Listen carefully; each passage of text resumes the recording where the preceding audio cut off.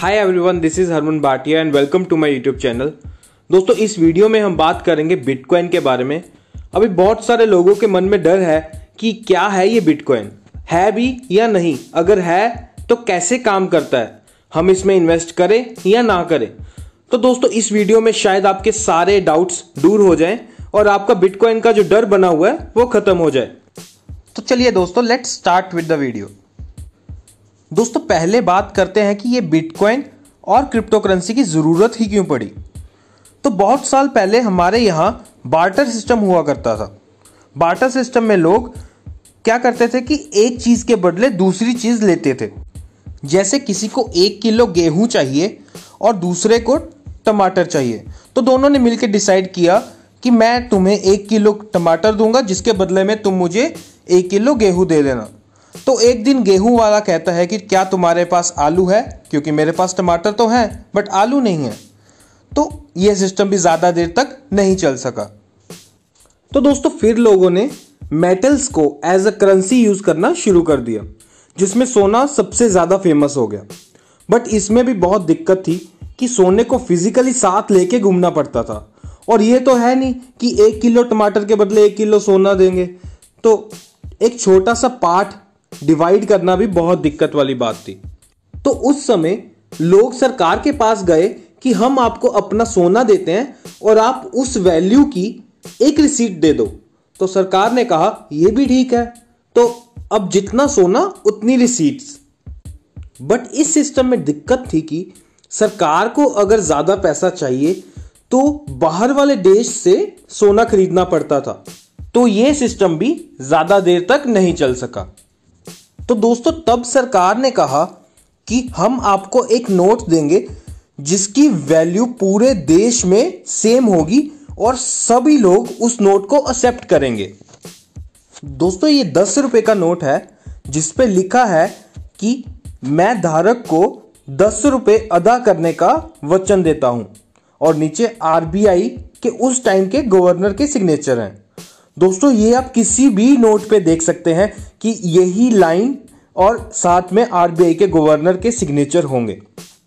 तो सोचिए दोस्तों कि ये जो पेपर करेंसी है सिर्फ और सिर्फ विश्वास के ऊपर चल रही है। और दोस्तों, जो पेपर करेंसी है वो सेंट्रल बैंक की तरफ से बनाई गई है, जिस पे आपका कोई भी कंट्रोल नहीं है। जैसे 2018 डिमोनेटाइजेशन के वक्त सरकार ने कहा कि वो 500 और 1000 के नोट को रद्द करती है और आप कुछ भी नहीं कर सकते थे।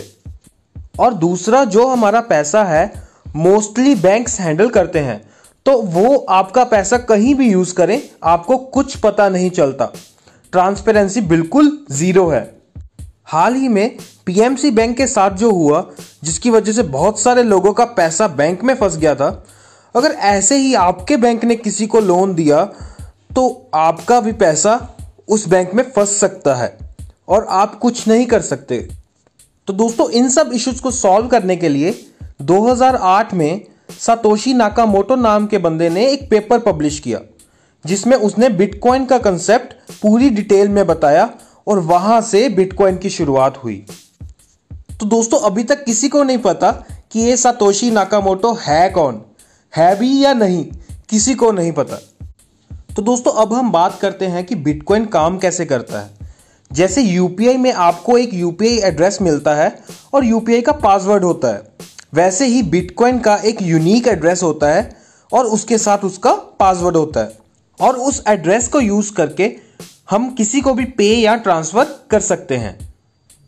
दोस्तों, जैसे आपकी यूपीआई की ट्रांजैक्शन आपके बैंक के पासबुक में आती है, यहां बिटकॉइन की ट्रांजैक्शन हजारों लाखों कंप्यूटर्स में इनक्रिप्टेड फॉर्म में दिखती हैं। सब देख सकते हैं, लेकिन कोई भी एडिट, डिलीट या चेंज नहीं कर सकता। दोस्तों, बिटकॉइन कंप्लीटली डिसेंट्रलाइज्ड और ट्रांसपेरेंट है। जैसे पेपर करेंसी को सेंट्रल बैंक कंट्रोल करता है, बट आपके बिटकॉइन का कंट्रोल सिर्फ और सिर्फ आपके पास है। दोस्तों, बिटकॉइन बहुत ही सिक्योर और एनोनिमस है। जैसे आपकी ट्रांजैक्शन की डिटेल सिर्फ आपको ही पता होंगी। लोग देख सकते हैं कि कोई ट्रांजैक्शन हुई है, मतलब उनको यह नहीं पता होगा कि किसने की है और कहां से की है।